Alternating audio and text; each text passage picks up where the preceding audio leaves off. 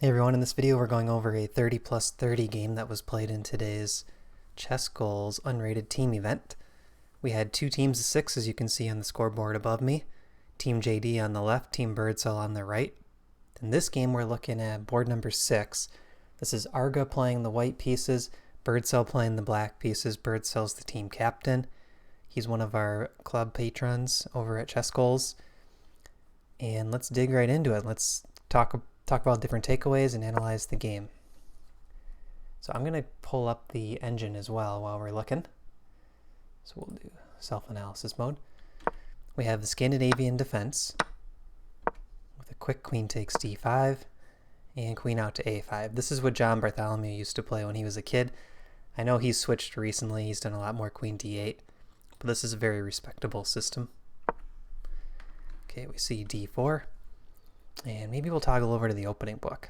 Keep an eye on how many games are in the database. Knight f6, knight f3, bishop to g4, h3,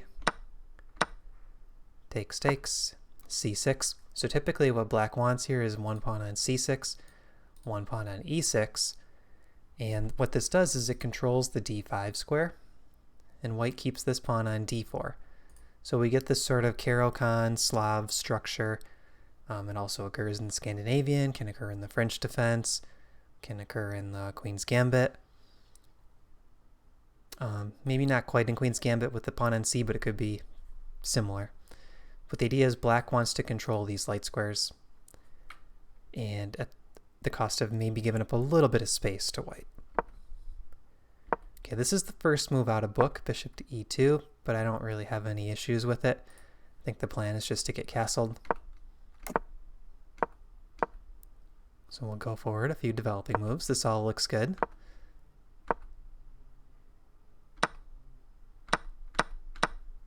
Okay, so we see these trades. The position is still very equal. I think the only advantage for white currently is the bishop pair. And the way to press the advantage for the bishop pair usually is to open up the position. So I really like what Argha did here. He played c4. This makes a lot of sense to me. c4 is trying to open up the bishops. Some players may think, well, I don't want this isolated d-pawn in the end. It's really not a weakness here. The bishops are going to be strong, and you could even push this pawn to d5 later.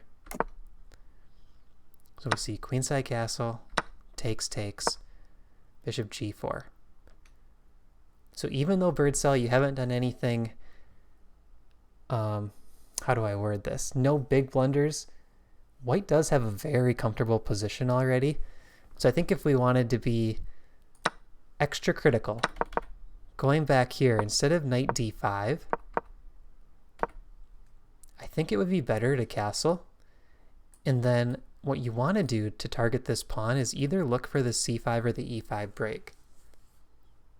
Because if you play knight d5, it does give white that very comfortable bishop pair position with everything symmetric and white's up on development.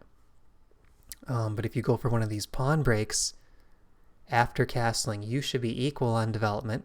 That'll be the goal. And once the pawns trade off, you might have an imbalance in the pawn structure. So say you play c5 and these two pawns trade, c and d. You will have the e6 pawn for white's c2 pawn. So it's an extra little thing you can play with. You know, when we think about imbalances, if one side has all of the advantages with the imbalances, it's really hard for the other side to counter that. You want to have some, even if your position's worse, you want to have some imbalances you can play for so that you keep your opponent on their toes and they can't just easily push ahead with their imbalance advantages. Okay, so let's fast forward to this position. King b8. And here Argha's really trying to make use of the bishops. Bishop g5. Yeah, so this is an interesting point. We were talking about this during the analysis. If bishop takes d7, I thought this was good at first. This is probably what Argha was thinking because you can win the f-pawn. But then Paul pointed out, after bishop takes knight, there's pawn takes bishop. And as we mentioned in the analysis, this is very close to equality. So I think Argha, in this position, you don't want to go for this bishop takes knight. You should preserve your bishop pair. Move this bishop anywhere else, but don't give up the bishop pair this easily. And you probably, I'm guessing you missed this idea. I missed it too. But if you see that, you really want to keep the bishop there. Now we're looking at a position that's pretty much dead even. Even though black has a set of double pawns, this is not a weakness. It's really hard to attack this pawn. Everything else is symmetric. We have opposite colored bishops. So with best play, this is going to be a draw. With that said, there's still a lot of pieces on the board, and both bishops attack the opposing pawns in the center. b6.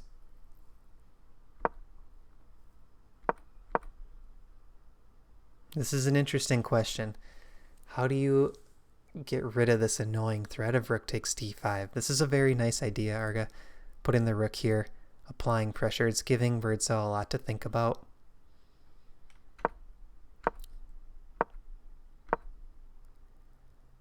Yeah, now white's better already. This is a tough position. So I'm looking at the engine lines here. Bishop c7, h5, rook h to f8.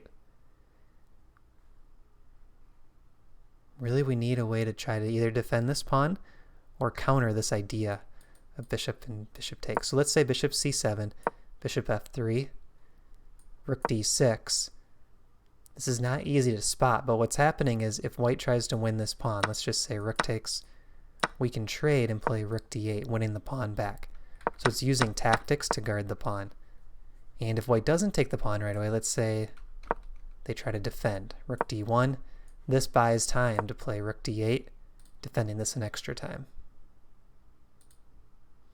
So I think, Birdsell, this might be a position where you want to give up that pawn and try to create tactics to win the pawn back. Like even here, I'm seeing the engine says bishop d8 is fine, because after takes, takes, takes, bishop f6, this pawn is going to be attacked in the end. It's also lined up with the b2 pawn. So if we go here, rook d8, push the pawn, take b2, we're back to an even position. Even though that's a passed pawn, it really doesn't want to be on a dark square, and the king's ready to help out. So still even. But after king b7, the issue is this pawn is going to die with check. So how do you get the d pawn back in the end? I like this idea, centralize the king.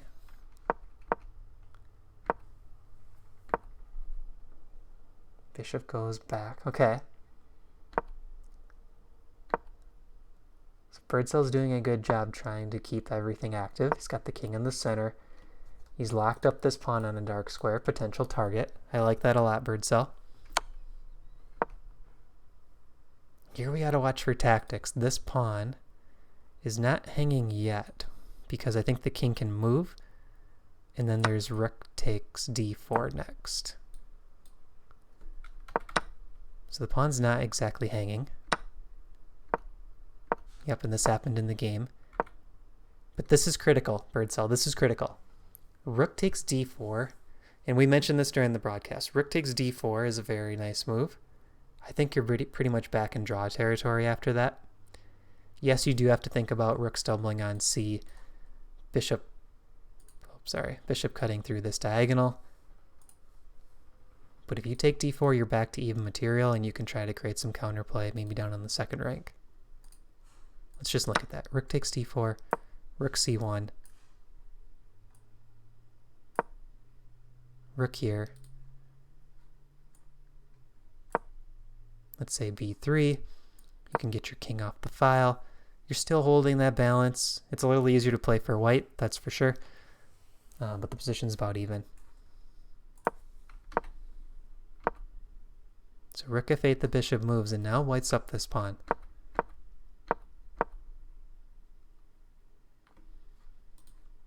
Yeah, this is a fork. Okay, so in this position, we need to play a bit prophylactic with a move like rook f6, trying to prevent the fork. So if here we have rook takes c6, rook takes c6, rook d7, we get a pawn back in the end. There's definitely some tactics. What else could we play here besides rook f6? King d8. This is very strong. Arga's playing well. Rook f6 is just a really big threat. Or rook c6, I mean. Okay, so here, this was a cool idea, Birdsell. You see the positions kind of going down. It's a desperation shot. I like it, though. I mean, you're giving your opponent stuff to think about. But after the king sidesteps, now there's a checkmate threat. Yeah, and Birdsell starts sacrificing. But this is going to be completely over. All these pawns are falling. So if we go back to around this point, Birdsell, one thing I noticed, look at the clock, 28.5 minutes. So we started the game with 30 minutes. Each move you had 30-second increment. So you're playing all the moves in 30 seconds on average, just a little over 30 seconds. I think the biggest takeaway, Birdsell, for you is to take some time. You know, use the fact that we're playing a slow classical game. Treat it like an over-the-board classical game. Get ready for USCF events or FIDE events. Because if you really take your time, that's when you can work on some of the calculation. And one thing that we can tell looking at the chart is there's a lot of tactics here. There's a lot of bumps up and down. And this is common, you know, especially I would say players under 1400, maybe under 1500, you'll start to see a lot of spikes like this. These are tactics. A lot of these are tactical shots. So if you can spend extra time and really kind of work on these tactics and do your tactics training, you know, I think it's going to clean up a lot of these tactics when it comes to your games.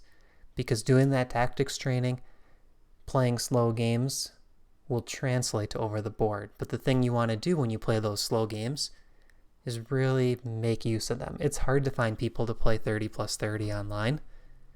And when you got something like this ChessGoals League, where you know you're playing an opponent who's, you know, going to show up on time, play the full game, not be doing anything fishy, you know, this is a great opportunity to practice really calculating out the lines.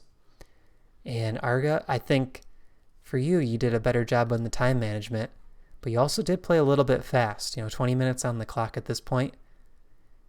You could definitely be down to about 10 minutes here, I would say, based on all the tactics we've seen. And I think positionally, Arga, you played a really solid game. The main takeaway, I would say, is watch the tactics and also the bishop pair. So try to keep the bishop pair if you feel like there's no tactics that give you the win by giving up the bishop pair. You really want to keep that bishop pair intact as long as possible, because in this position your bishops were really nice pieces. Alright guys, I hope that you enjoyed this analysis. If you like the video, please click the like button. Please subscribe if you're not a subscriber. Only about 35% of our viewers are subs right now, and we just hit 300 subs. I really appreciate it. So please subscribe if you haven't. And if you're interested in becoming a ChessGoals member, joining these live events, learning about chess improvement, we have a Discord. And the way you access the Discord is you join ChessGoals either by buying a study plan, which gives you a structured 12-week plan. You get support from myself and others in our community, or you can become a Patreon member. And for as little as $3 a month, you can join the Discord. So chessgoals.com/join. You can see the link up above. I'll put a link in the description. Thanks for watching, everyone, and I'll see you in the next video.